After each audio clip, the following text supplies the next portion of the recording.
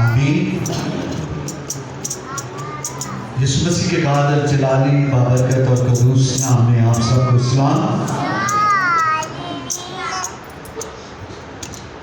آج جس موضوع پر بات کرنے کو ہیں ہم، کیا انسان کو یہ پتا ہے کہ وہ کون ہے؟